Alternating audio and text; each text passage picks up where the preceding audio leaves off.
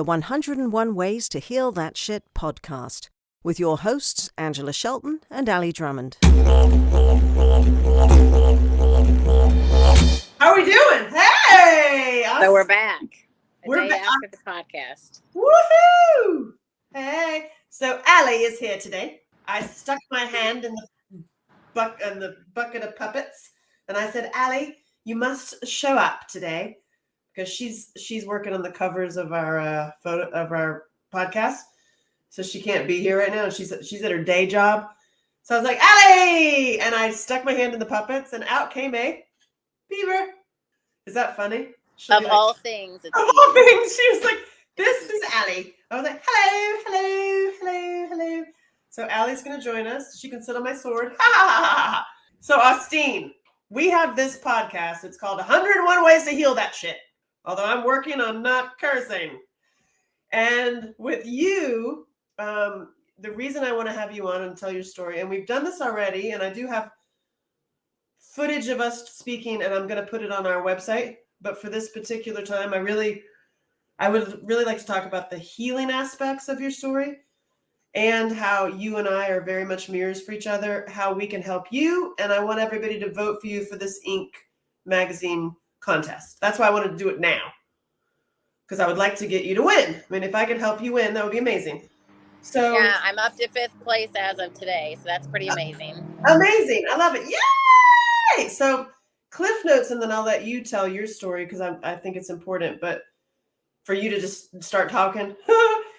But you and I met, speaking of telling your story, at a retreat. It was the Beautifully Broken retreat from Kim Mayer, who is my dear friend forever and also uses my stuff. Like, her retreat is the sort of trauma. Like, and you and I went to her retreat and we're partners.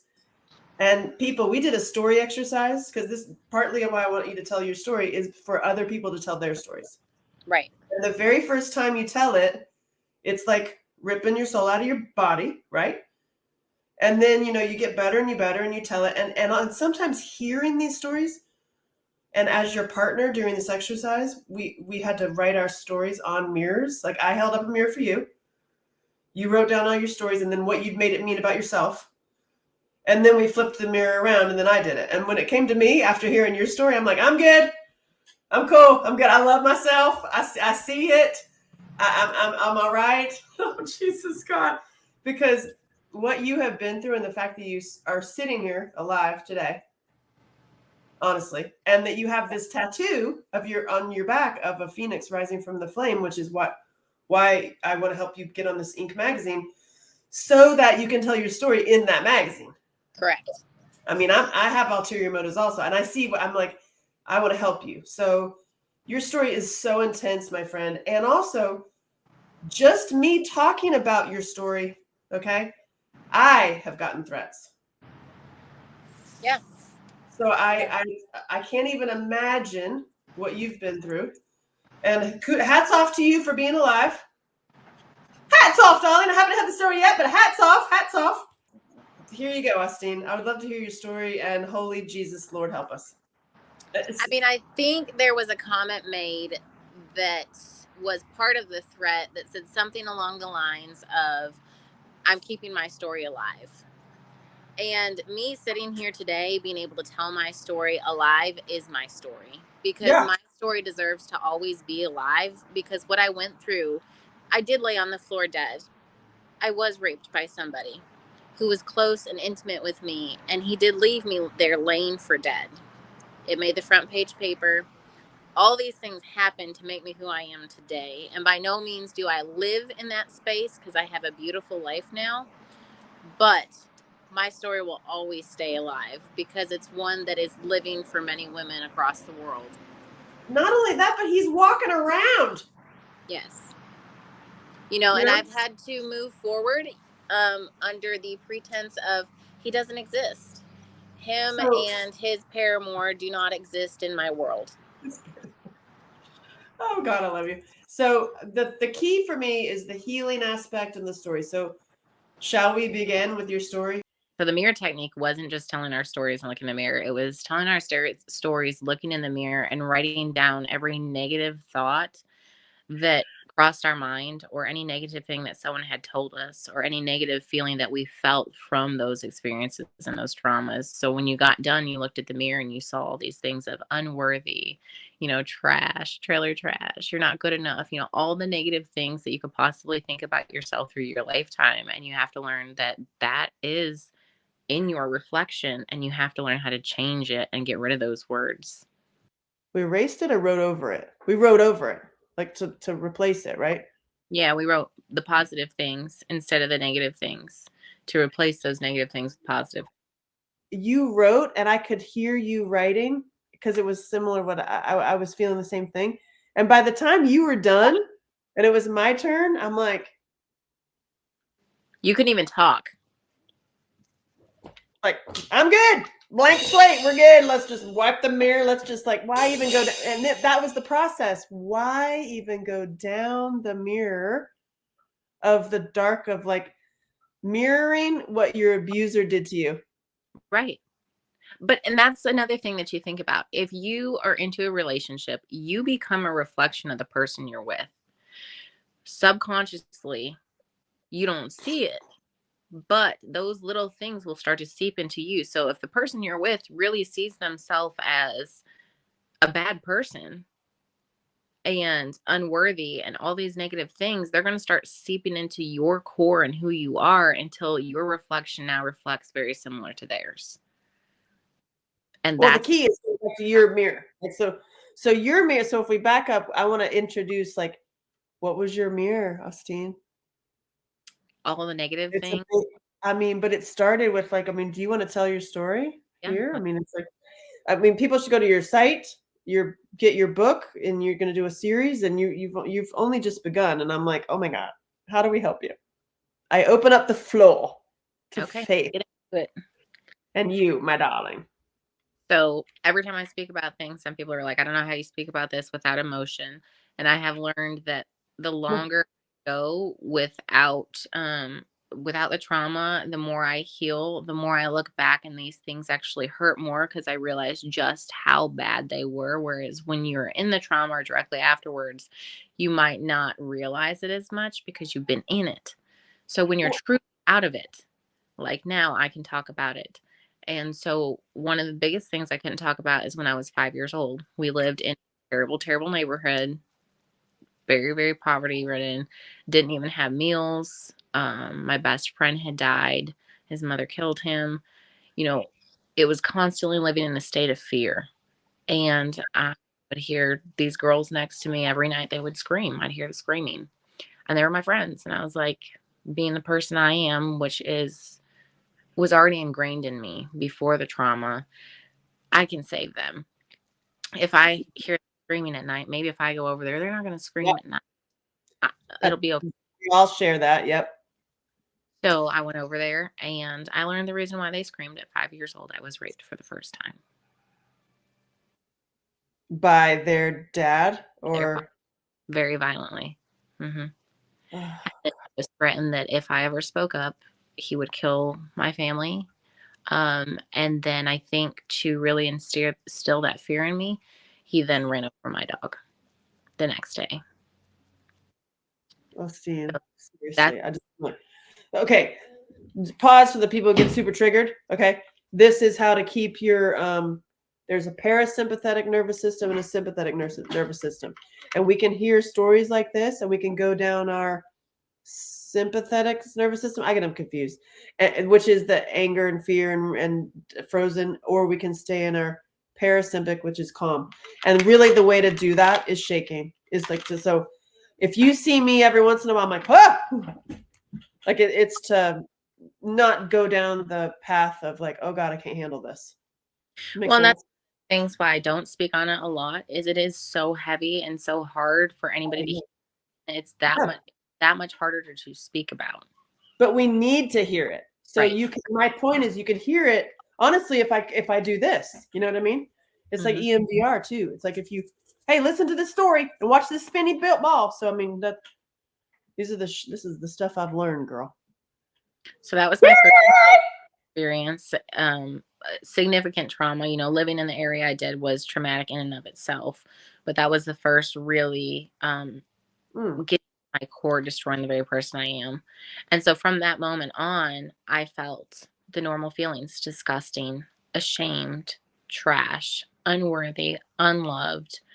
Didn't have parents to pay attention to me. So the biggest thing was unloved. You know, as a child, you might just want a hug. A Yeah. simple hug or a simple I love you or a simple being tucked in at nighttime never occurred for me. So it wasn't very long afterwards I actually got removed from my parents' care, and I was sent from home to home to home within the family, just different homes almost every week, which then made another feeling of unwanted and unloved, never good enough. So then I went to go live with my grandparents in Michigan, which was huge culture shock, very, very different for me from California to Michigan. And they lived very differently. They were borderline racist. And Great. yeah, and my dad went against everything they believed. So there was lots of negative words about my father and even of myself and how I looked. So that was difficult. You mean your color and whatnot? Yeah. Gotcha. Um, my dad's heritage is definitely not white, and they did not appreciate that. These are So your mom's family? mom's parents. Mhm. Okay. Just I had Lived the with picture. Yeah. And my mom is an identical twin sister. So when I lived with them, my Aunt Sherry would often take care of me. She would step in, we'd stay with her. She was like a mother figure to me. Oh, Um, and my parents actually got their lives back together. They went to college, came out to Michigan, got really good jobs, very respectable in the community, fixed up their lives. And then that aunt that had taken care of me that I was so close with was murdered by her husband, and then he killed himself. And that was when I was 13. sorry. I'm not making fun. I'm just like literally like, hey, just stay focused. Yeah. It's one Yeah. after I you know, know, you, one after the other. It's like I love how people hear many of our stories and say like, "Oh my god, I can't believe that happened to you," and you're like, "Well, that was just Tuesday." yeah. Yeah. Yeah. Yeah. So anyway, Jesus. Yeah. Not to mention, I do want to side note throw this one in there because we're getting to that. Also, is the violence of an attack like that when you're so young. You have body issues for the rest of your life. Oh, yeah. And not to mention on the sexual side of things, when that choice is taken away from you, what value do you hold? You don't have a sexual being anymore because you never were able to make that decision, which See, follows through. yeah. See, I think those torturers and hate crime doers, that's the real hate. I mean, why don't we really put those guys up? That guy needs to work for the rest of his life paying all the medical bills for all the children that he raped. Right. On top of all the other mental health, like, sorry, you're in jail now and you are working to pay for the bills of all the people that you tortured. Sorry, that's just my vote. Why don't you pass that, then? The one who vetoes that is the one who's also doing it. Anyway, go on. I love you. So went through that trauma. And I had normal teen years, I think. I overworked. I had several jobs. I was always going to make sure that what happened to me early in my life was not going to affect who I was or Shut it out. yeah, so I completely shut it out. Mm-hmm. Um Dated my first husband through elementary school, middle school, high school. Ended up getting pregnant very early. Married him. It was a huge control dynamic. I wanted to control everything around me because I never had control, and he wanted to control everything himself. So it was a huge power struggle that ultimately was not good for either of us. And that relationship ended. I then met a man who was 20 years older than me, and I was 19 at the time, and he was 40. Good for a But short period of time, but I mean, yeah, so good my God. thinking at the time was, well, I've gone through all these things, so I have to be emotionally more mature, and always had to live above my age. That was my thinking, right? Looking back, I now know he definitely was taking advantage of a situation and of me. This Mhm. relationship incredibly abusive, but I was not able to see it because I was so used to being in abuse and really abusing myself in my head Mm-hmm. as a child. So this relationship really did mirror what I thought of myself. So Like, when like, it's like, well, you're getting fed. right, You got the house. I right. mean, you got some heat. So when you come so little, success looks like just being able to have heat in a house. Yeah, So I a know. man just provide me something where there was heat in the house was a step up from what I already knew. Yeah, So I know. I mean, that's what happens. And Yeah. when I met him, he was drinking and he would drink and drink, say awful things, do awful things. The abuse was at the very beginning. It You there didn't was pay never attention. abuse. I just wasn't willing to see it. So I stayed in this relationship for years. I remember the time I wanted to marry him. I had this idea in my head: you shouldn't live with somebody unless you're married. That's what I believed at the time. And so I was like, I can't live with you until we get married. And his answer to me was, I will marry you when you're able to make the money I make and you're able to step up and be a person in society. And so I went out Like and you worked or yeah, what? Like, what does that mean? yeah, I worked my You had ass. billboards or something? I mean, yeah, that's what happened. Isn't that Yeah. funny? Yeah, I took that and I was like, I'm going to be whatever he wants me to be in the best of it because I need to prove that I'm worthy. I need to prove that somebody wants me. It was never the fact that he never wanted me. I never saw that until much, much later. So I did all these crazy things. I was on billboards. I was a model for a local chain. I made a six-figure income. I did everything he asked of me. And I finally said to him, okay, so will you marry me now? And his answer was, if you want to pay for the wedding and you want to pay for everything, that's fine. I've already done this. I don't need. And that wasn't like,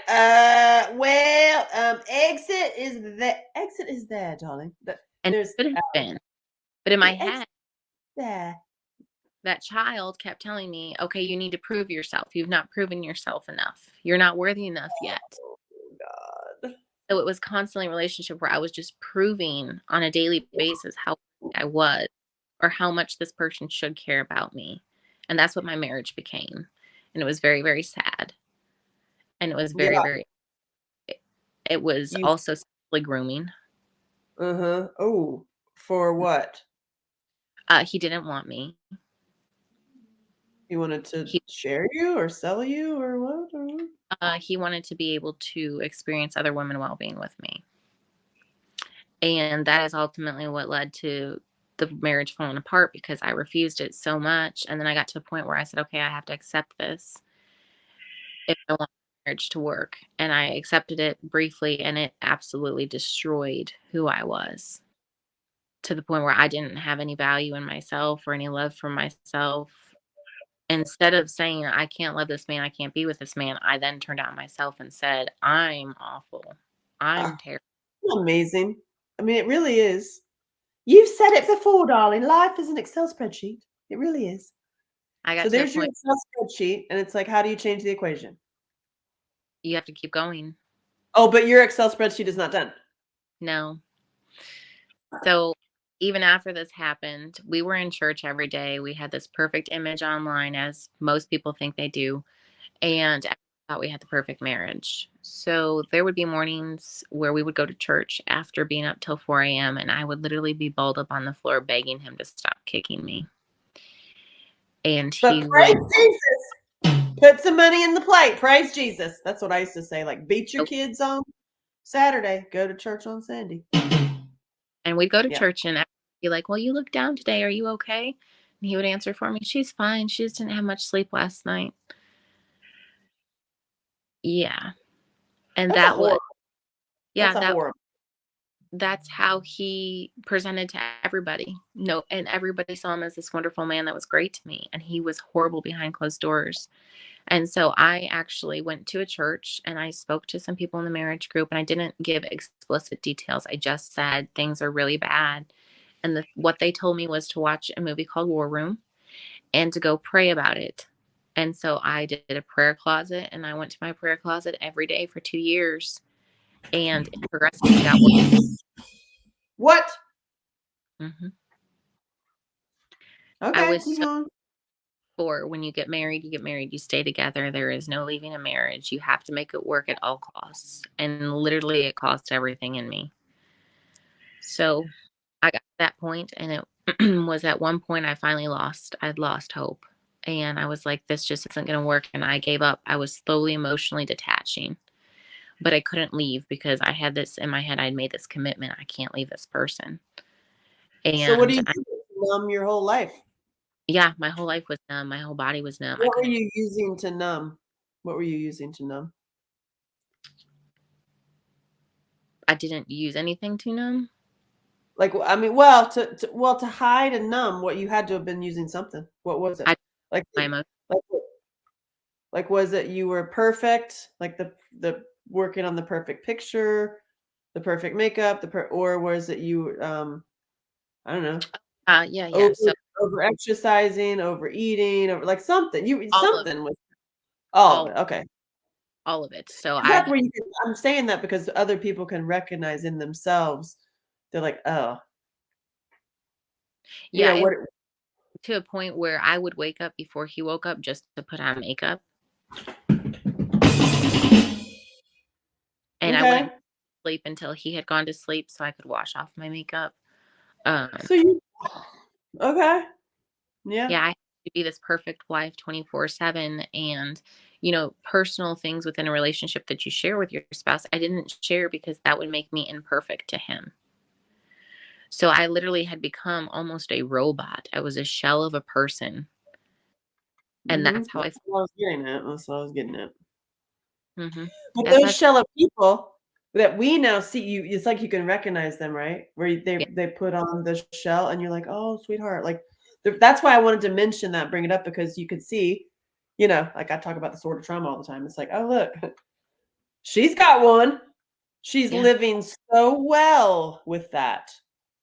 yep, If this is, if you know any history of me, I talk about sword is this the trauma is like being pierced with the sword, and you can live like that. You can live in it.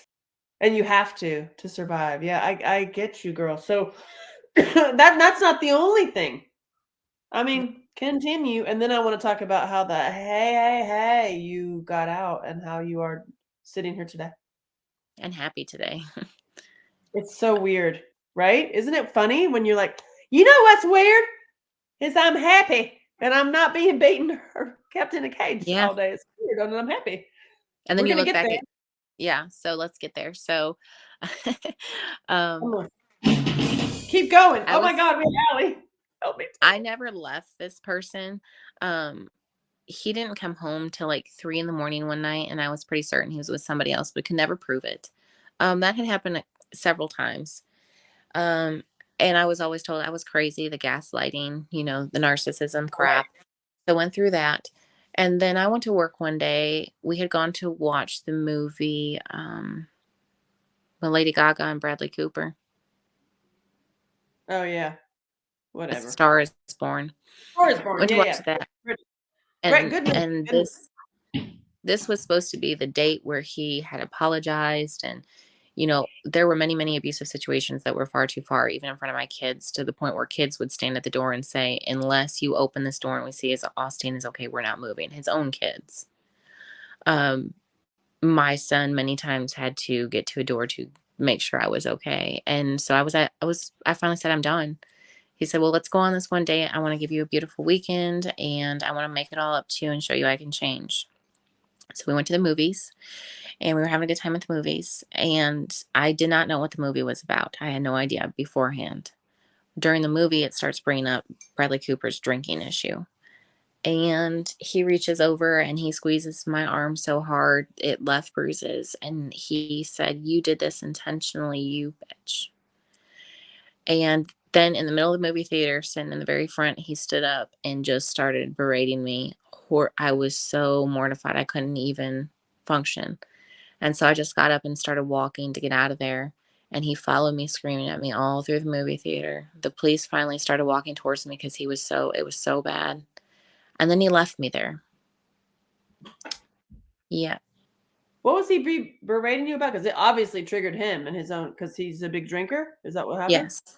Yeah. So he's saying So his issues are your fault? Okay. correct. Correct. So I purposely brought him to this movie to see it in his head so that, He'd yeah, it kill would himself. make him feel bad. Yeah, exactly. That's how he saw it. And Okay. so Well, that was the last night I was really with him. The next day I went to work and it was all over my face what had happened. I couldn't hide it anymore. There was no hiding anything anymore. And this gentleman I had seen come into one of my stores for 10 years, came up oh to no. me and said, I don't know what's going on with you, but I need to talk to you. You look horrible. I've seen you for the last 10 years. What's happening? Look horrible, darling. I said to him, I'm married. I can't talk to you. He said, I'm married in the middle of a separation. It's okay to talk to me. Was that? Yes. hmm And so I sat there and I laid everything out that had been happening. And he says to me, you can never walk back into that house. I will protect you. Oh God. Oh God. Oh God. Yeah. So he actually drove out to see my father and tell my father what had been happening because my dad did not know. And my dad and him called me and said, get over to this house right now. And I was at the house with my husband at the time. And he said, get over to the house right now. And it was my dad. I didn't know this guy was there. And so I went over there and they both said, you're not leaving this house over our dead bodies. You cannot go back there. You can't take any more of this abuse. Oh great, but we're gonna put you in another even worse abuse situation. But okay, good job. At least they got you out. So, yeah. So, I mean, and that's how I have to look at it. I did get out of that relationship.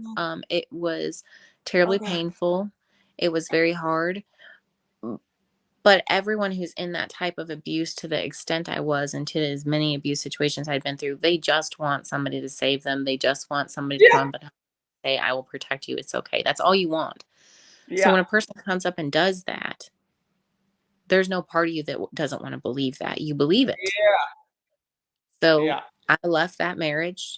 Um, the divorce was 30 days. I mean, we were divorced in no time. When I had called my ex-husband and said I want a divorce, the only thing out of his mouth was just make sure you pay the bills. Mhm. And I did. And I did. Yeah. Hey, you wanted it in the first place, remember? So Oh I my got God. that. I was making very, very good money. I had a very secure My job. God. Yeah, very, very well off. Great. And the guy that this next guy, we'll call him Bob. Why can't we just name that mother effer? Okay, Why? his name's Rick. We can name him, and it is public information. Let me I just say it's mean, public information. There's newspaper clippings with his full entire he name. loses women. Men need to know who that guy is so that Yeah, they, when they see him go out, they can do what they need to do. yep. And I mean, you've seen him. He's a very attractive guy. He looks very normal. You would never ever know. I would have gone out with that guy. Yeah, you would have never known. Yeah. Um, so I met Rick, and I thought he was everything. He pretended he was everything. He said he was everything. I provided a home. I paid for his divorce fees. Made sure he could get custody of his kids. I paid his child support. Um, bought him a brand new sports car. Bought him a brand new house. Because why would you not? He's your savior. You love him. Correct. So I was willing to give him anything and everything I had. And I did. And I started catching on to there were some issues. Stories started to not line up. He didn't have a job for a certain amount of time, and I ended up employing him at one of my stores. And I started getting complaints. And so I thought I was doing the right thing. I went to my corporate office and said, you need to look into this. They did. There was no proof. So they came to me and said, listen, there's no proof. We really don't think he did anything. Now, knowing what I know, oh, he absolutely was doing those things that people were complaining about. Like what? like making sexual passes at his employees, like sending inappropriate things through Snapchat to them, like asking them to stay the night when he would work late. All All these right. things. Well, Yeah. So things started not adding up. There was a couple times we went out that I didn't have any memory of, but I woke up with injuries on me. There was one time my eye was all like the blood vessels were popped everywhere, and I had no recollection of what happened the night before. I was like, I must have just drank too much. so There he was was an drugging you before the big correct, attack. Oh, correct. And so damn, girl. Every time I talk, it's like, whew. Okay. that happened probably 3 times, but, when you go out to drink, you don't think, "Oh, the person I'm with who says they love me is drugging Right. me." It's gonna roofie you. Yeah, exactly. You don't. So one time I actually had my employees come to me and say, "We were at your house last night. Do you remember what happened last night?" I was like, "I have no idea." And they told me this story. Um, and I was like mortified, like so ashamed. I'm like, not my employees. Oh my God. I've always maintained my career and my dignity and my respect, and it was completely taken away. And I went Well, to him and so I had gone to a bar with him, and I didn't remember this time. I didn't have the blood so vessels you were all get your popped, drink, my bruises, right? And I guess he had them come over and offered me up. and And they they said that I would take it. they did not. They left immediately, and they said that they were concerned that I was even alive because I was so limp and out. Yeah. And And nobody called the police. nobody called the police at the Nobody no, called the police. no. They came to me the next day and told me this, and I was in total disbelief. So I went to him and said this, and he tells me that he didn't remember much the night before, that we must have just drank too much. Now, mind you, I didn't And have any. and these guys who do this also take pictures and videos. So this was just one time of probably 3. Um, Again, I don't remember them, but where things started not adding up. So I started paying more attention, and we had gone out. This has a happy ending. Yeah, we went out to get a drink on a Friday night, and this girl we had met invited us to a local bar for her birthday, and we went. And I didn't suspect anything. I just was like, okay, we just met her. She liked me. She's seen me on billboards. She's seen me on posters. It's what it is. And as I'm sitting there, I look at her, and I just had this gut feeling something wasn't right. And I asked her, I said, "You found me on Facebook." Because I did what I did, I kept my stuff very private at the time. "How did you find me?" And I'll never forget this and this feeling. She's just lightly brushed the side of my face and flipped my hair. And she said, "Oh, honey." And she pointed to Rick and herself. "We've had something going on. I thought it was time to involve you." And I just looked at him and I said, "We are done, you blah, blah, blah, blah, blah." And I wasn't, at this time, I was so concerned about my image and who I was going to keep my cool. So I got up, I went to the bathroom, got my shit together, came back and sat down. And he says, "You're right. I understand." And he said, "I'll leave tomorrow. I'll pack my stuff. But here's a drink. Oh We're God. already here. Yep, we're already here. You might as well have the Oh God. drink." That drink. Take the drink. hmm I did drink that drink. And next morning I woke up and wasn't able to walk. My face was busted up. I couldn't talk right. I couldn't see. I couldn't use a phone. I couldn't drive. I just woke up and I had no idea what the hell had happened to me. My first instinct was to go straight to the police station. I couldn't get out of the house. He would not let me out of the He house. was there. Okay, so you woke up and you're disoriented. hmm Yeah, I'm so disoriented. I don't even know what's going on. I can't even figure out how to use a phone. Was this Um, after the 13 hours? yes. Okay. Jesus God. Yeah. Okay. And so I was just in panic. I needed to get out of the house and figure out what had happened to me. And he Yeah. let me leave, and he wouldn't give me my phone. So I ended up saying I was going to the laundry room and getting out the door to my car and about Right. running him over to leave. And what? Wait, what? What'd you say? About running him over to leave. So I finally got out of the house that morning. I couldn't drive. Out running him over. You almost ran him over because he was chasing you or something? He was standing in front of the car, so I wouldn't leave. Yeah. You full on like drugged out, run for your car, figure out where your keys are, get in the car, and you're escaping, and then he runs after you, and you bat. Okay, I'm there. Yeah. Okay, go on. So I get naughty. I just get out of the driveway and I realize I can't even drive. I can't see. I knew something was very bad wrong. And so I get to a point where I can stop just down the road and I call my mother and I'm like, I'm in a situation. I need help. I need to go to the police. And she immediately tells me, do not go to the police. Just wait for me. Tell me where you're at. Wait for me. And in my head, I'm like, Do both. Do both. I was like, I think he beat me up. I think I died last night. That's what I kept saying to her. I think I died last night. And I repeated that over and over. He killed me. He killed me. I think he killed me. And that memory right there is the only thing that drove me for the next several weeks is I kept saying, I know he killed me. And my mom said, wait for me to get to you. She got to me and she said, he sent me these clips. I'm concerned. I don't want you going to the police because I don't want you to be arrested. Hearing why the rage in me will come out. All right, keep going. He had taken little 5 to 10 second clips of where I was fighting him, picking up a chair and throwing it at him, trying to get to a door. But it was presented in a light that I was the aggressor. So people who've been through the trauma have a hard time expressing themselves sometimes, right? Oh, yeah. Well, that's the thing. It's like when we tell each other our stories, just that first step is intense. And I mean, and your story started when you were young and then went into this most recent story where you were, I mean, full disclosure, this is where we're going, is that you were assaulted for over 13 hours and he killed you, revived you to keep assaulting you, so brought you back to life to keep assaulting you, and you lived to tell the tale, and you're sitting here.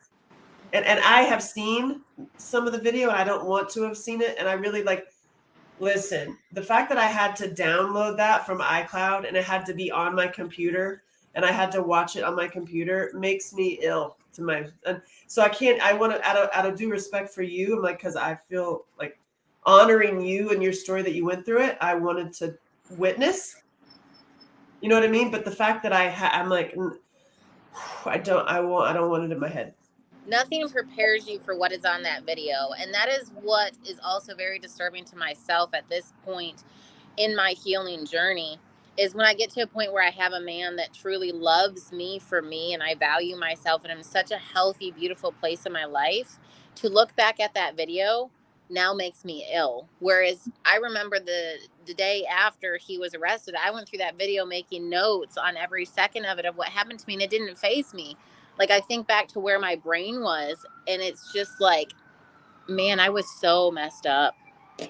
Yeah, you were. Well, it's funny, the sirens are in the background. But tell us what happened. So really, it's on video because it was in your own house, and it's all the cameras around the house. I mean, who has that? Who has that? You do. That's so crazy. I did. Let me let these sirens pass, and we'll get to it. Gosh, I wish those were sirens going to pick his ass up. Previous to the assault, the day of the assault, there were no cameras in our room. Those were not set up until I was gone the day of the assault. The detectives later went through the video footage and found out that he had went in and set up the cameras in the bedroom the day of the assault. Oh, so he was intentionally gonna film him. Yes. I believe the intention was to this woman that he had this fling with that had invited us out that I was unaware of.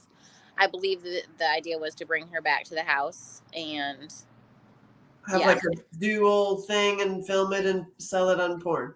And I think he underestimated my fight when he drugged me. Dude, sorry to call you dude. Like, we need to take that out of the lexicon. Dude and guys. Hey, guys. But my queen, I watched that and you never stopped fighting. And what he can do, and I'm sure has done, I think I've heard that he has done, is taking little clips of the video to show that you're crazy of all the times you were fighting her. And you fought for your life. And it does. If you just took the little clip of you getting out of the bed and like running to him because you're trying to get, one is like you're trying to get your keys, trying to get your gun. I was trying to get out of, well, actually, I kept screaming. He had taken my phone. I had tried to go for a gun. I had tried to go for a knife. Nothing was successful. You know, I had always been raised as a fighter. And I could tell. I came from the streets, so my thinking was always, if you outsize me, I will outsmart you. Well, I was also drugged by him. So in my head, I'm still trying. I realize something's wrong, but I'm still trying. And my goal was to first get out of the house, get away from him. This all started outside of a bar. He drugged me from the sidewalk by my hair into his car and then strangled me unconscious twice in the car before arriving at the house. So I was already in a fight for my life at that point, and I knew it. So my goal was to get out of the house initially.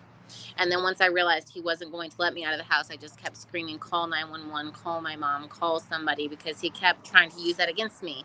I'm going to have to call somebody. I'm like, please call somebody. You know, as we're fighting, I'm just screaming, call my mom, call the police. Once I did get to a phone, which was the early hours, I think about 3 a.m., I was able to roll over. I don't remember this. It's on video. I got to a phone, but I couldn't figure out how to use it. Right, because you're so loopy-loop. Oh, geez. And good Lord. So you got out, somehow miracle, and survived this. And then he was charged. It was on the news and stuff. And then you lost your job? That's what blows my mind too. Oh, you can look up the name of the article. It's the Daily Times out of Maryville, Tennessee. And all you have to do is search his name. And it gives a very good detail of exactly what happened. And that was the front page paper of the local news. And I was very well known in the area. And so I ultimately lost my job. And the fact that you are now going to hopefully, this whole video you're putting into a documentary, correct? Correct. And I hope that it is an educational whole outlet for law enforcement, for, survivors, for schools, even like studying this stuff, studying predators too, to see what he did and how he manipulated.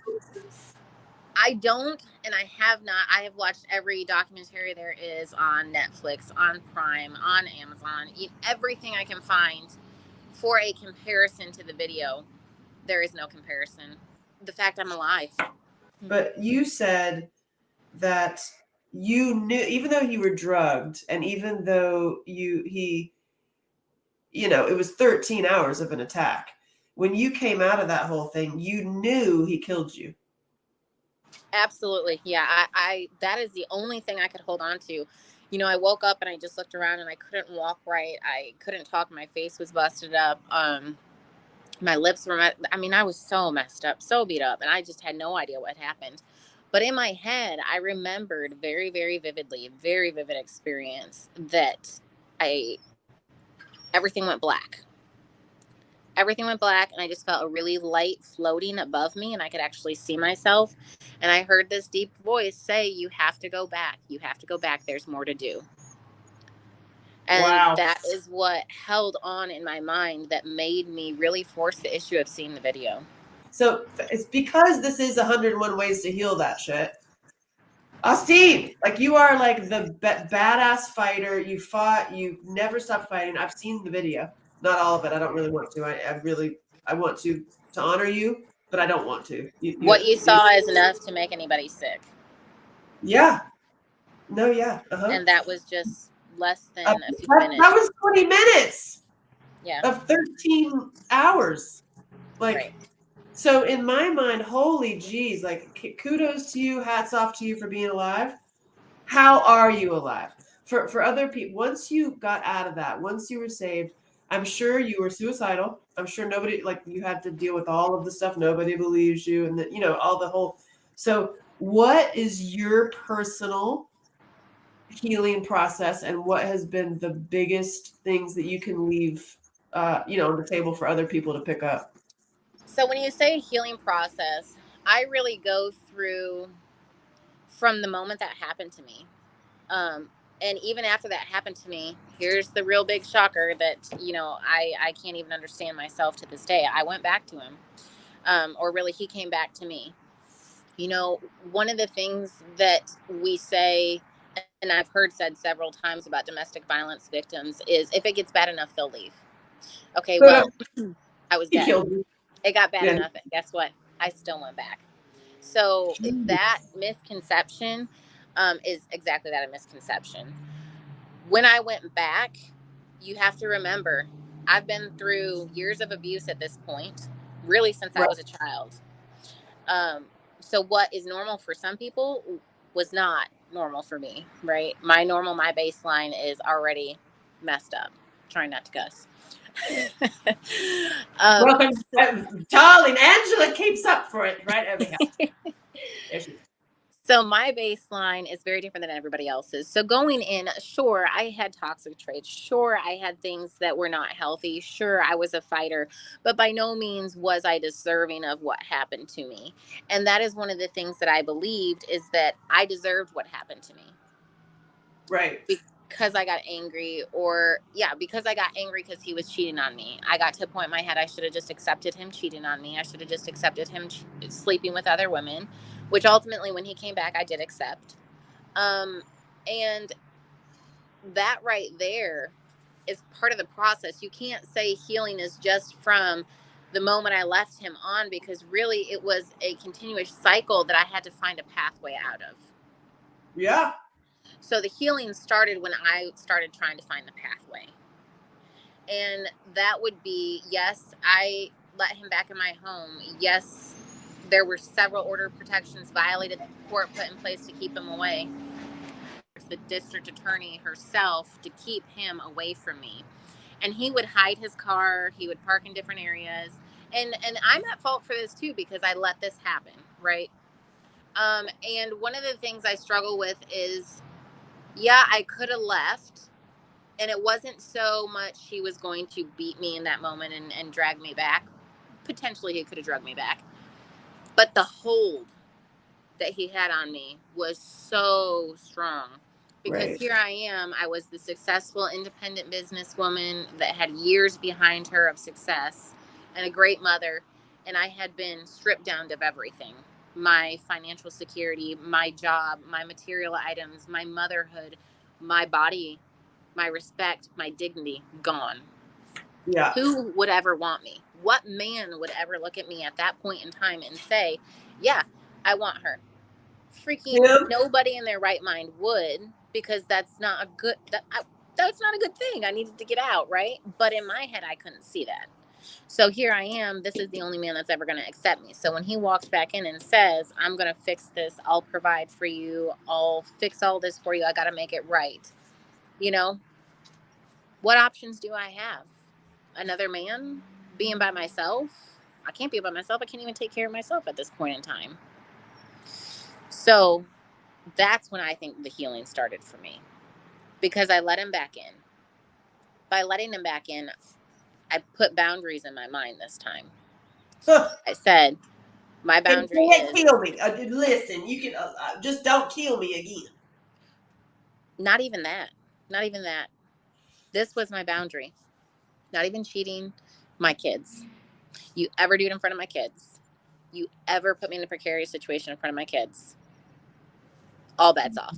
See, previous to this, if we were alone is the abuse. But when my kids were around, he would never. Right. Oh, God. So my line was my children. And so I actually was in North Carolina with him.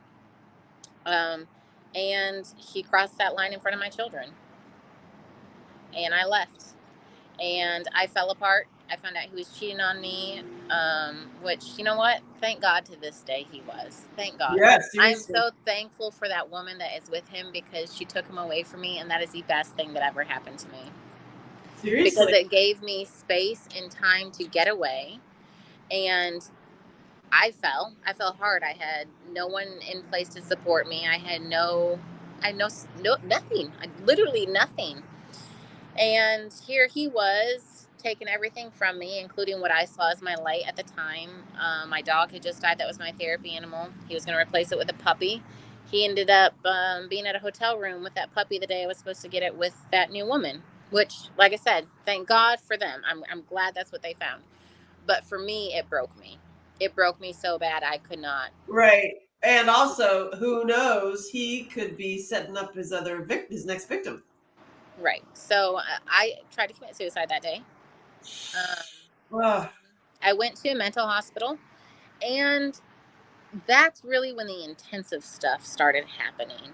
That's where you wrote your book, right? Your first book? Correct. And, one of the things I hear a lot, because family court sucks if you're a woman who's been a victim and you need help. Now, when I say I went to a mental hospital, I don't mean that I was diagnosed with anything like schizophrenia or bipolar or anything like that, which I have family members who have those issues. And, they're still great people. We still love them and support them, and there's treatment for them.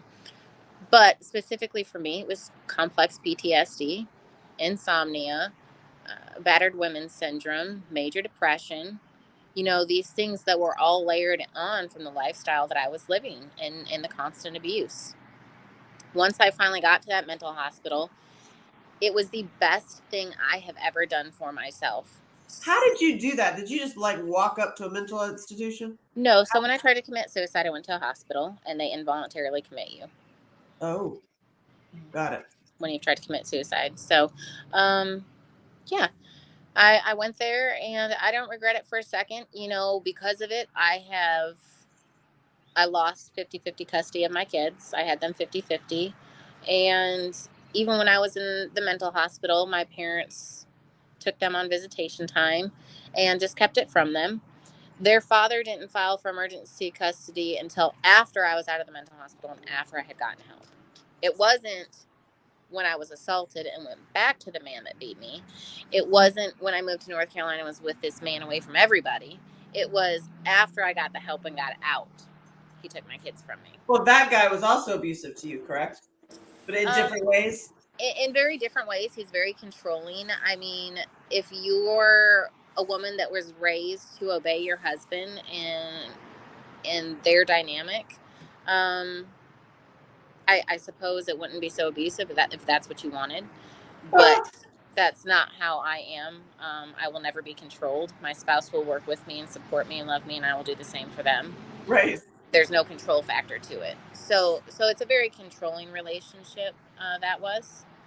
And it continues to be. So, I don't regret the mental hospital is what I'm getting at, because that's when I met 5 other women that had gone through the same thing as me. And they're in the mental institution. Because we don't have trauma centers. Because you were attacked and you're acting crazy because you were attacked and killed. And killed! Never mind the brain damage. Right? Never mind the brain damage and the body harm. I personally think that all these perpetrators, the child rapists, all these dudes should be charged for all of the ongoing health problems. Literally for the rest. I mean, it could be for the rest of your life. They need to be given those bills. I mean, and at the time I didn't even realize it. So when the police were called, I didn't even go to the hospital when the police came out. I was bad beat up. They took pictures and forensics, but I didn't go to the hospital. I went to the hospital 3 days after they had arrested him. And at that point, the doctors were like, yeah, you still have a lot of issues, from the MRI. Yeah. So that was after. What? Like brain damage? You mean, was your pelvis messed up? It's a traumatic brain injury.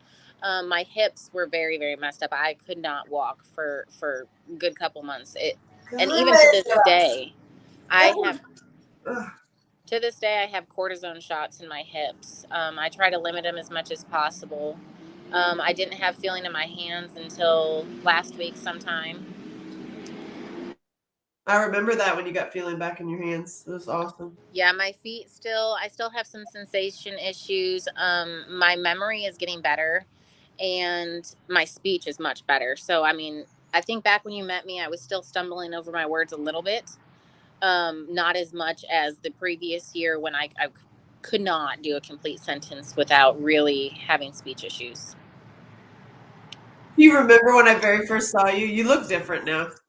Oh, yeah. Compared to when I very first saw you. So the mental hospital was the greatest thing I ever did, and I will maintain that, and I'm an advocate for it. And until we as a society come up with treatment centers for women of abuse or children of abuse or men of abuse, yeah, man, and these violent crimes, until we have trauma centers for them, listen, you're going to end up at a mental hospital or dead or drugs. I mean, you cannot go through what I went through and not have support services and make it out okay. There is no way in hell. As a society failed me to an umpteenth degree. Every step along the way, the justice system failed me. Yep. The video of what happened to me was played amongst the police station, amongst attorneys, and shared. It was handled with such unprofessionalism, and me coming from college as a criminal justice major, it was devastating. Wow. So I don't speak with no knowledge of what I'm speaking of. I do have knowledge of what I'm speaking of because that is what I studied. And it was devastating seeing how it was actually handled versus what a book or even my internship told me it would be. And I've spoke with police officers that I was very close with when I interned, still am. And they're all over the country now, and they didn't just stay police. They have a little bit higher ranking positions now. And they were devastated for me. So how did you get the video? So the video was at the house, obviously. And they had taken it into evidence. So the police department had it, the DA had it. And I really, after I got out of the mental hospital, I had a couple weeks where he would message me back and forth. Oh my God. Yeah, he would still message me back and forth. He would email me. It would go from saying he loved me, he wanted to be with me. Could I just be his secret girlfriend so that he could keep the woman he's with now because she was financially secure and would provide for him? All of this that I say, I have proof of. And he would still send me songs, all this just crazy shit. And so I finally changed my number. I cut all communication, and it still wasn't stopping. So I went and I got an order of protection. And that order of protection cut all communication from there out. And that was directly out of the mental hospital. I did that. How was he out? Like, he went to prison for like a half a minute. Why? Well, why do I even... He went to county jail when he was arrested. And so he got out because I was not in a mental place where I could testify. I was not mentally okay enough to have the appropriate conversations. I was so angry at how everything was handled, being the front page paper, losing my job, having the video shared, having a officer, detective, whatever, come into my store and say, "What is that tattoo on your back?" Law, anybody in the profession, don't ever do that. Yeah, seriously. I have dignity. I have pride. I had a respect for myself, and you took it all away in the moment you did that. So at that point, I refused to cooperate with anybody. And so when that happened, the DA also had the conversation with me that if it went to court, the video is slam dunk, but his attorney could say that it was set up, that I wanted to be drugged, that I was part of this, that it was role play. God. So she didn't really want to take the chances. So there was a plea deal made, and he got 3 counts of felony aggravated assault, and he got diversion. As I took it, the diversion as long as he behaved in that time frame, he would stay out of jail and the charges would go away. But if he did not behave, it would go back on the original charges of the rape, interfering with the 911 call. I mean, there's a whole slew of things that were added on there. Ultimately, that's not how it was. He did violate. I called the police on him 2 more times for domestic assaults after I let him back in my life. Oh God, girl. Oh God. I don't judge you for it because I mean we've all many of us are been there. In all fairness, I did try to leave several times. I went down to Florida twice One time I just left, didn't leave any warning, any notice, I just left and he found me. Same with the second time and he found me. So I did try to leave. But like I said, in the situation it was in, it was such a complex situation. The control was there. The abuse was there. I was not getting out. As long as he wanted me there, I was going to be there. Is he coming after you right now? You know, I don't know. I would say this. 3 years ago, I would be in a ball crying. Right. Based on the threats and messages that have been sent to you after the video where To me, right? To me. I know. Yeah. Because I'm just talking to you about this. Like, listen, people, I'm just interviewing. Listen. So now I'm like, you know what? I have the proof of what was done to me. I'm going to share it with the world. And there's not a damn thing that they can do to stop me, first off. Second off, that woman I was 3 years ago, 4 years ago, 5 years ago, nobody has ever met the woman I am today. No. I have. You have. My man has. My family has. But I have kept who I am today in my circle. Yeah. And that is for the reason of, I am so proud of who I am today. I am so strong that now if that man were to show up, I would not be on the ground dead. The outcome would be very different. Because I would not hesitate for a second. Because I am first in my world. Yeah, I hear you. Well, and so back up on that. How did you get to that space? Talking to a survivor who's like, if somebody's watching it who has been attacked and still is in the trauma, and maybe they're considering going to a treatment center, or if there is one, or they're going to put themselves in a mental institution. Like, what was it for you? What were the steps? Like, was it the retreat that did it? What were some big hurdles, big aha moments in your healing path? And I know we're all still on it. I get that. But right, like you are, tell me. It's interesting. I did a lot of work when I was with my ex-husband, who was abusive. When we were together for a long chunk of time, he was not. And then he did turn it. So I did some work while I was there. And one of the things that you come across is doing a personal inventory. And he went to AA a lot. That's how I learned about that. So pieces of recovery that he had discussed with me or taught me is really what I used to separate myself from the situation. I would sit down and literally do an inventory of my emotions. I would do an inventory of, okay, he loves me. He says he loves me. Let me write down all the things that say he loves me. And when that blank page sat there and I could come up with nothing, that was a problem. Yeah. But then when I would go over here, and let me clarify, when I say that blank page, I don't mean what he says he's going to do. I don't mean the things that he said to family or portrayed to you. I mean actual facts. He provides for you. Right. He cares about you and would... He picked you up at the airport, everything. Make sure you have gas money. He would never leave you without. Those, I'm talking about... He brings you coffee in the morning and kisses your head. Yeah, those things. When that page was still blank, my answer was, okay, I got a problem. Yeah. That's what really woke me up. Oops. And then on the reverse side, when then you do an inventory of all the things that are happening, facts, and this is what I tell the women when I first speak to them when they call me for help. One, I can't coach you when you're in trauma. When you're still actively in the trauma, I cannot coach you. I need you to get away from it. So these messages I get on like TikTok or Facebook that are back to back, they're currently in the trauma. They're in that moment. Their brain, it doesn't matter what I say to them, is not going to be able to stop. I need them to get out of the environment they're in. I need them to get away from the people they're around. And I need them to sit by themselves for a couple hours. Then I can talk to them. Right. My answer to them at that point is, I need you to do this list. I need you to list out everything that has happened. Facts. He hit you. He threw a chair at you. He threw a phone at you.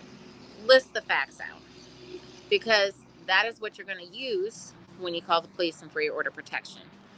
But here's the step we're missing as support services. Showing up and saying, what happened? You need to get an order of protection. You need to protect yourself. But you didn't just explain to her or make her realize why she needs to do that. You just told her to do it.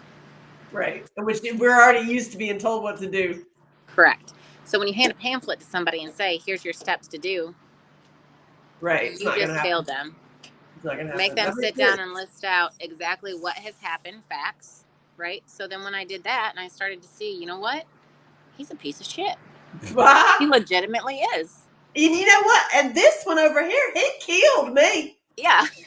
Like, I mean, that's a sign, darling. It's a sign. Number It's a one, big sign, okay? he killed you. But I mean, for the less extreme situations, it's no different. seriously, but I mean, you get it. Like, I've been in that situation where I got violently yelled at every 2 weeks, and it's almost like clockwork. You can I mean, see that was my ex-husband. and it's like you live in a state of you never know when you're gonna be berated or treated like crap, and nothing you do is right.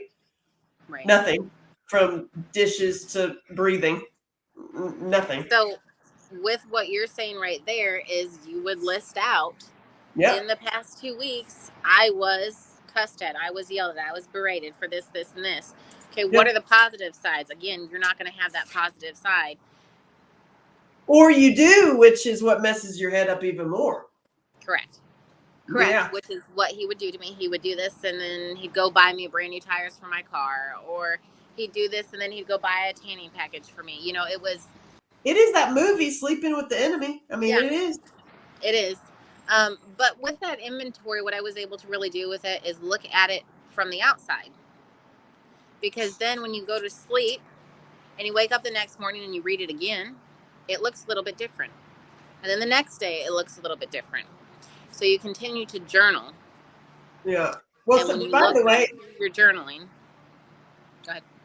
Oh, I just wanted to throw that out because I know a lot of domestic violence shelters, rape crisis centers, all the centers and stuff that are government funded. I'm gonna be so bold as to say not always so helpful. And Not how helpful great at for all. you. How great for you having done it to be a coach for getting women out. I mean, it's really commendable. And I just, I want to tell you, as somebody who did that years ago, trying to get, save people like that always take care of yourself for compassion fatigue. Yes, absolutely. And I've discussed this before with you. I had somebody that went a whole year and a half out and went back, and I had to make that boundary and say, you always have my number. An emergency, call 911. I'll come to you just like I did last time. But while you're in this situation, I'm not going to be able to coach you. Yeah. But the healing side of it is getting through that piece right there. That's the meat, right? Figuring that out and then making a plan. And a lot of times there's financial hardships. I had to get to a point where I didn't care if I had anything anymore. I got to a point where I accepted I will never have a brand new vehicle. And just hear me. I know this is not the case. I will never have a nice house. I will never have the beautiful family. I will never have all the things that I wanted. Right. I will always be less fortunate. I accepted that to get out. And that is hard for a lot of women because as a society, how we see women is a little bit messed up. Yeah. Because by doing that, now I'm going to be looked down upon. That ring that's no longer on my finger, that nice car I no longer drive, that beautiful house I had, now makes me not valuable in your world. When really, I don't even want to know those people today. That's all. But that's where I had to get. Yeah. I see you, and I think it's great that you're helping other women, and I've seen your own healing process, and it's commendable because damn, it's like you're a fighter. You're definitely a fighter, and thank you for helping other women. And I really I want to say I'm sorry to you as my hats off to you. I have not watched the entire thing because I got 20 minutes, man. It's I literally I will one day. I feel like I. So, and my thing is, for the paramour that's in this situation, facts.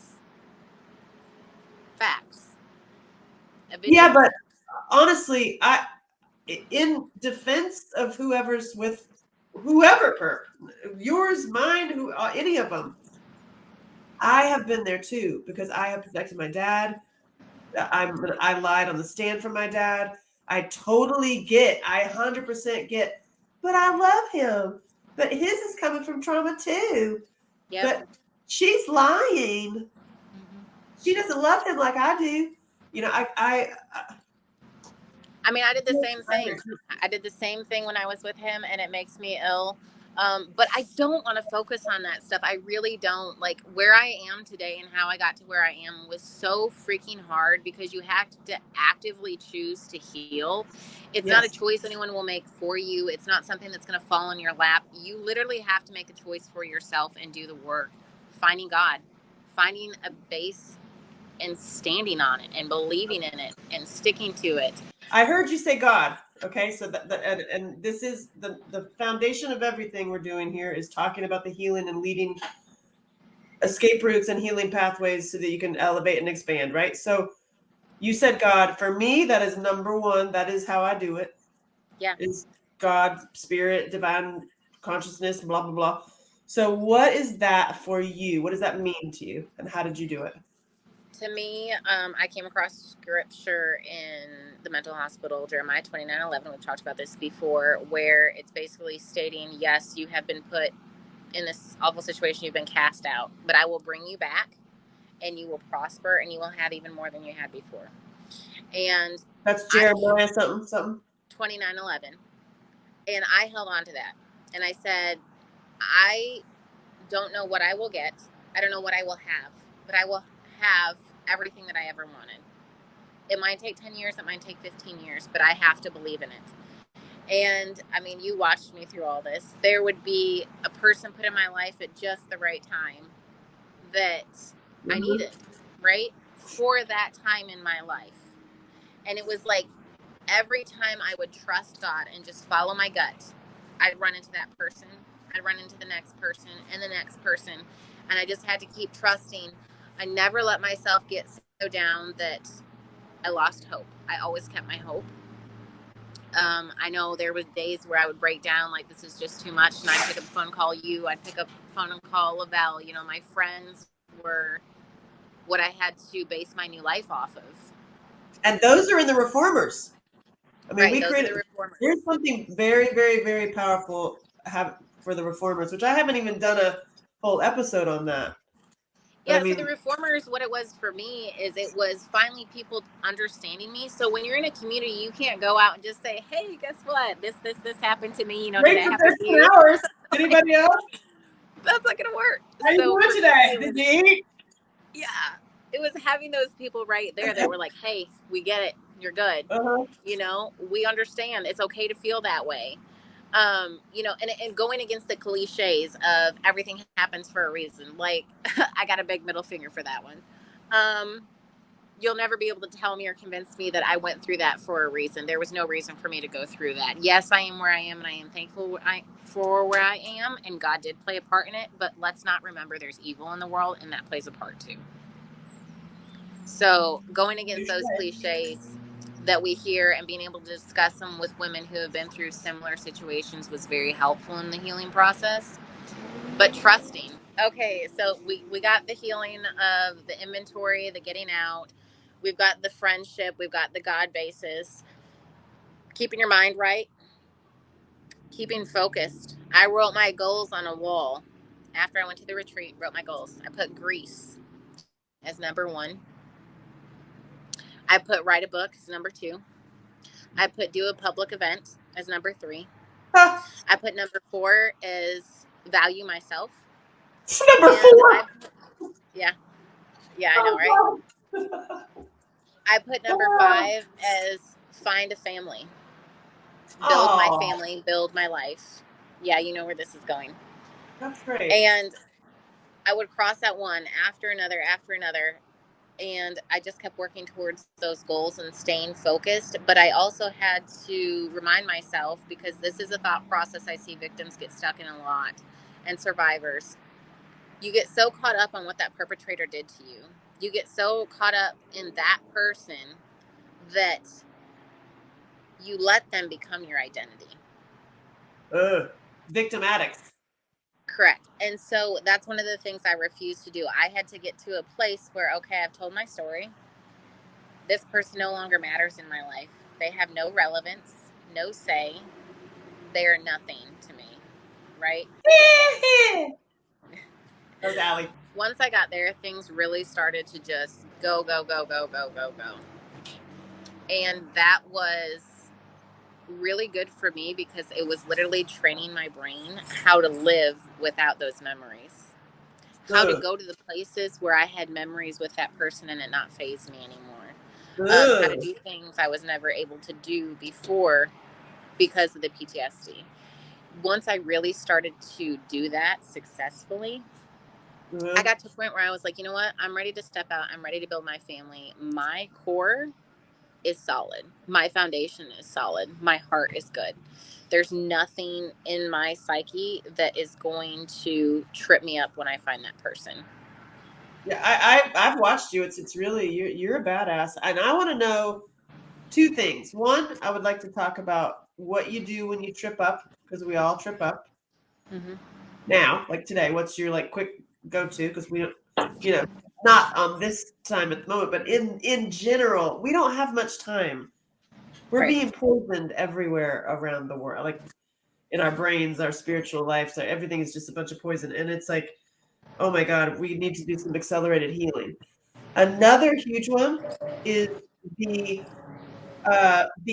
appearance of perfection, the fake nails, the makeup, the hair, the perfect thing. I'd love you to talk about that because you lived in that. Yeah, so with my ex, you also have that perception with other people. People can have that judgment against you.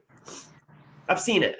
You know, like where you're the snooty girl with all the makeup, and you're the pretty girl, and you don't really care, and really, that's not true at all.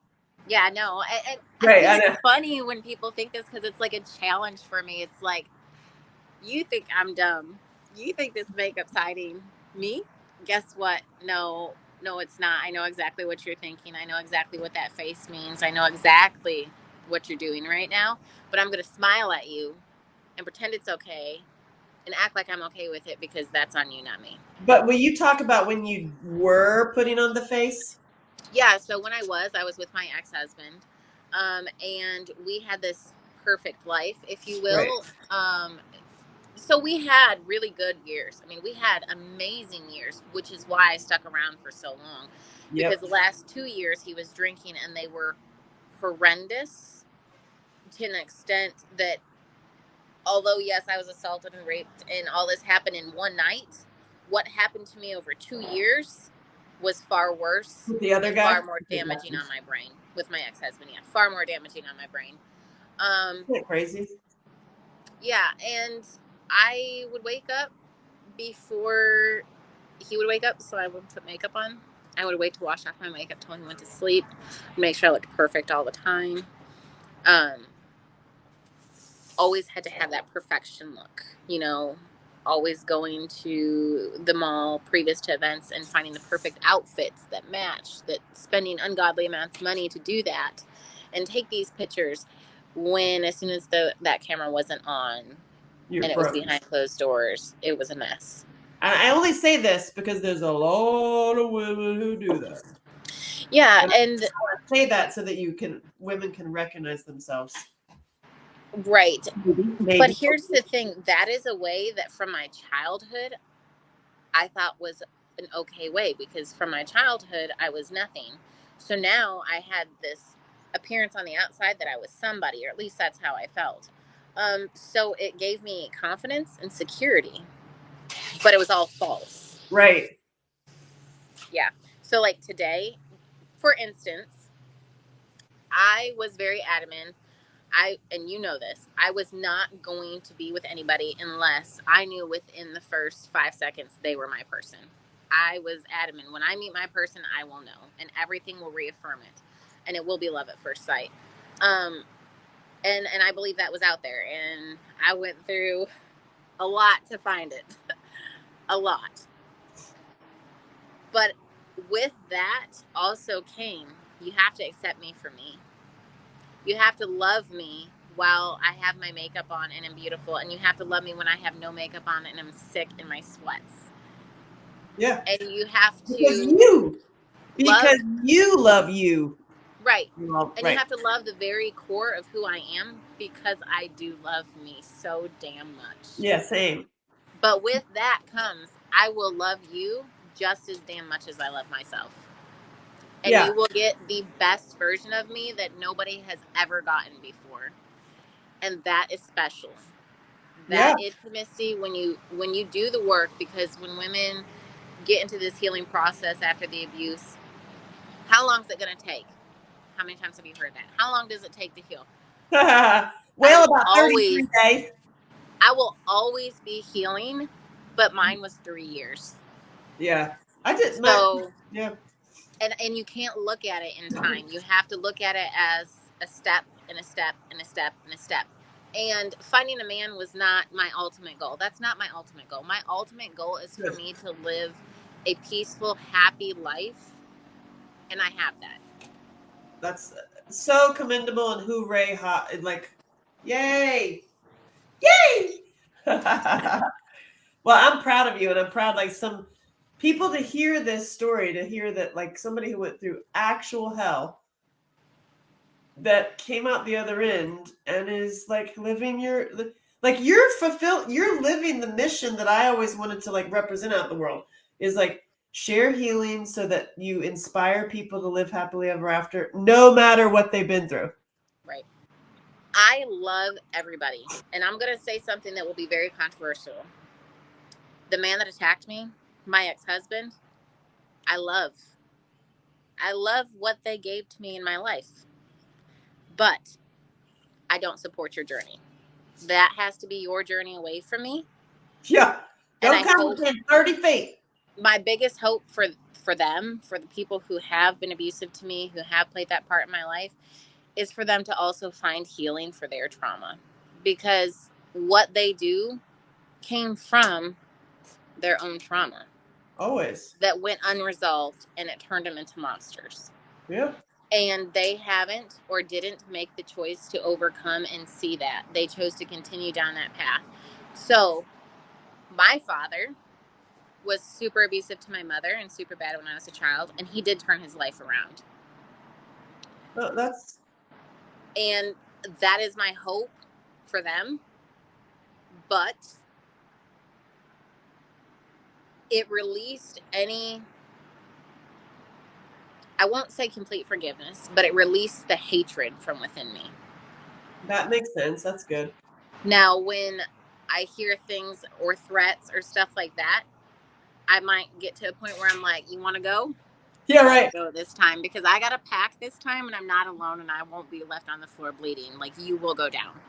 That doesn't change that factor. What it changes is I don't actively have hate towards anybody. Yeah, that's so huge. Huge. Because that causes health problems, mental problems, spiritual problems, you know.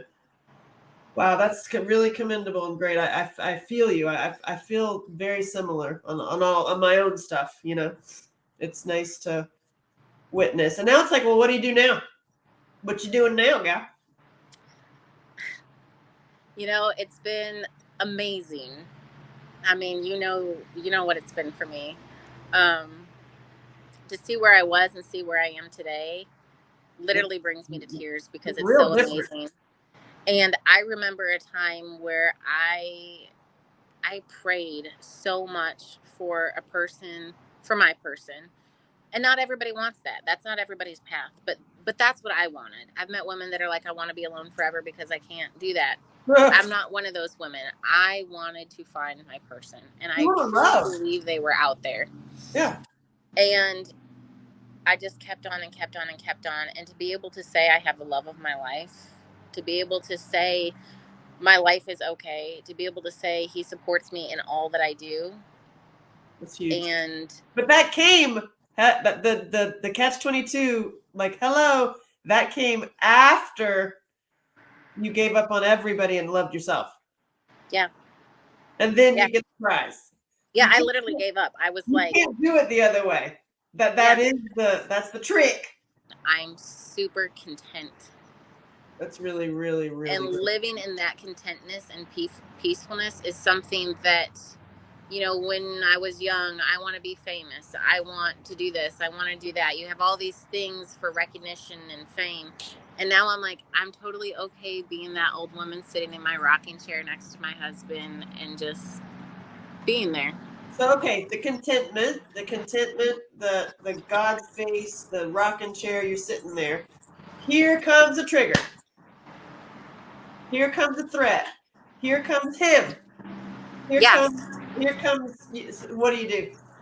For instance, when I spoke to you and I learned what was happening with the threats, I pulled over on the side of the road. I got out of my car.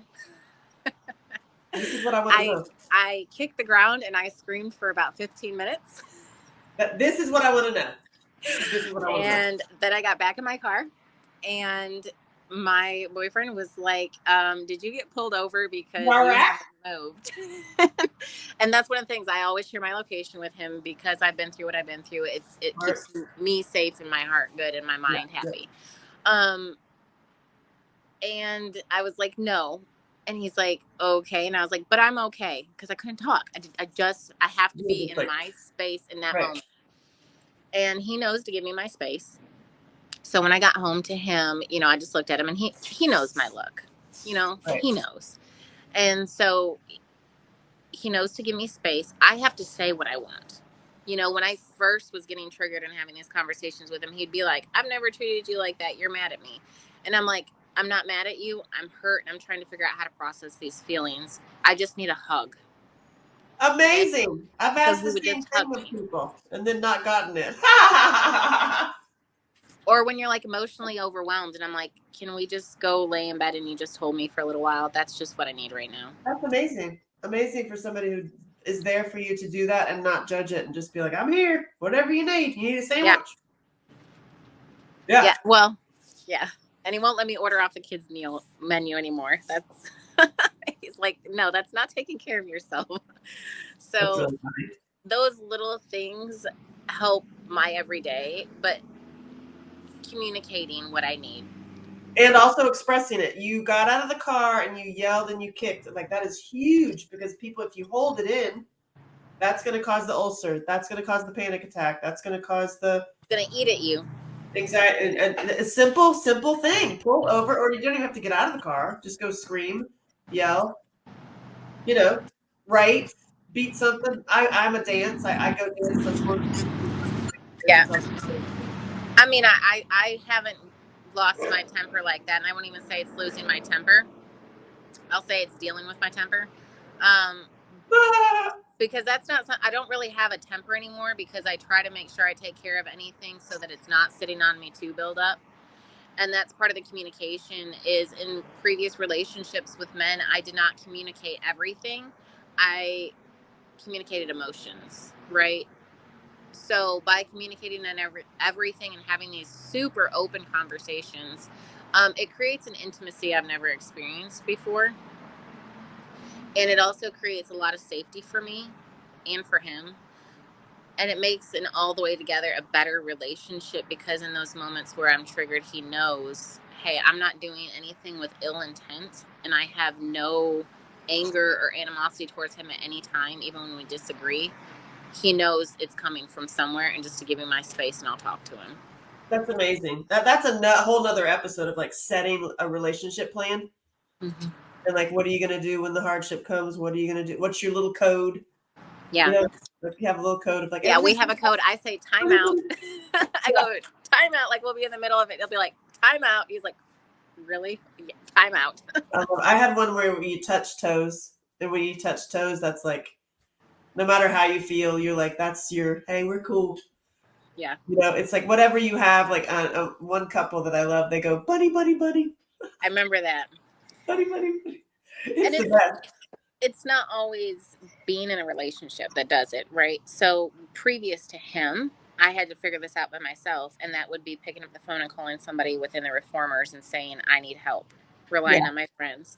It would also be making sure I express myself in a healthy manner, going to the gym, running, doing my artwork, taking time to journal, writing my books. That was all taking care of myself. Yep, which we're not taught to do. Correct. So that was amazing. So I think that pretty much covered everything, like the healing, where you're at now. What can we do about this guy? I think women really need, as we date people, you should do background checks. I do. You know, and there's also these You know? sites like, are we dating the same guy, Charlotte? Are we dating the same guy, Knoxville? He has showed up on the Charlotte site several times under the name Nick, which is not his name. And it just reaffirms to me he's not changed. He's doing the same thing. Oh my gosh. But again, this is not information I go seeking. It's sent to me by a third party. And I don't care.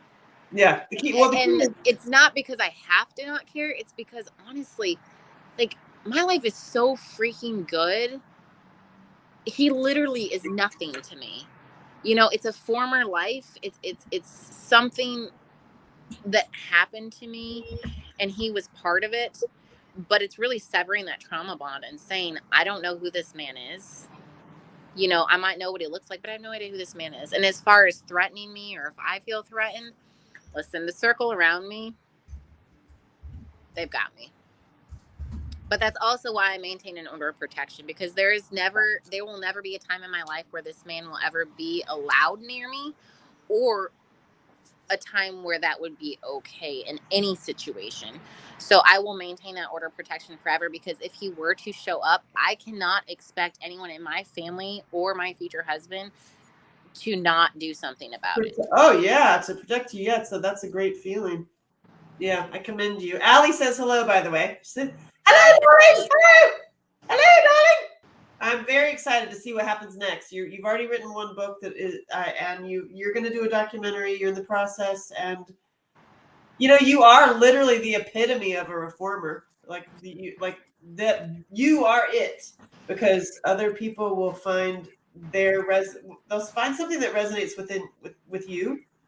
They're going to find something that resonates with me. They're going to find something that resonates with art therapy or anything that we're doing in there. But it's like the key is having really like a home base for everybody's individual island.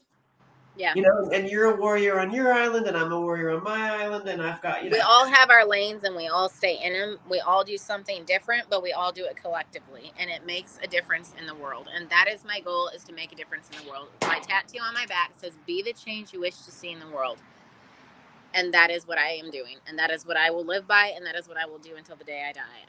If somebody cannot show love, I will make sure I'm the person to show love. If somebody cannot make a difference, I will make sure I make the difference. Hallelujah! Preach it! In the reformers and in knowing me, what has been the most valuable thing I have provided you? Two, really. One, avenues to find the information, right? How to write a book, how to nonviolently communicate, how to not take your emotions into food, eat your emotions, right? Those are avenues to get to healing. A support network. I got people that got my back no matter what I do.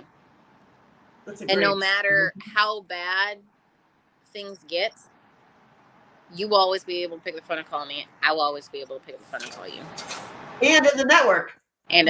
Hit up somebody that's like, you know, you need to go to Jersey. That's what I love too. Like, and then people start meeting each other, and it's my dream came true of what I wanted in there. Yeah. Yep.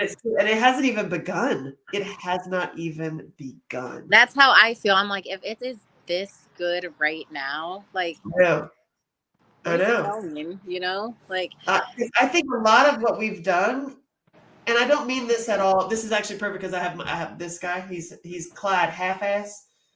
Have you met him yet? Hey, baby. Yeah. He loves me. This is Clyde Half-Ass. He does things half-ass. Because he's a half. He doesn't have an ass. He's half-ass. Which is also because so many survivors. He loves me, by the way. We won't go. We won't do it. We won't write the book. We won't go to the network. We won't get out, because we have to do it perfectly.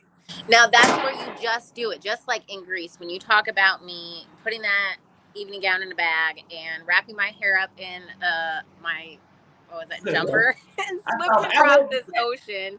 My knees were bleeding, by the way. That's where it came from, because I got to a point where I was like, if I think it, I'm going to do it. Like my book, I was like, I'm not going to edit it. And you know why I'm not going to edit it? Because people need to see how messed up I was. And nobody that's reading this book is going to be critiquing my spelling and my writing, because guess what? They don't care. They're on the verge of destruction, or they've been in destruction. So, yeah. So I think the roughness, the half-assedness, the just jump in, just jump. Yeah, just do it. Just do it. Get in the car. Those things turn out the most beautifully, because the things that are not perfect are so much more beautiful than the things that are pedicured and perfect. Especially when you look at on social media and all the people that are all actually perfect, and then you look at behind the scenes and it's just a hot mess, and it's a dang lie, and it's a con.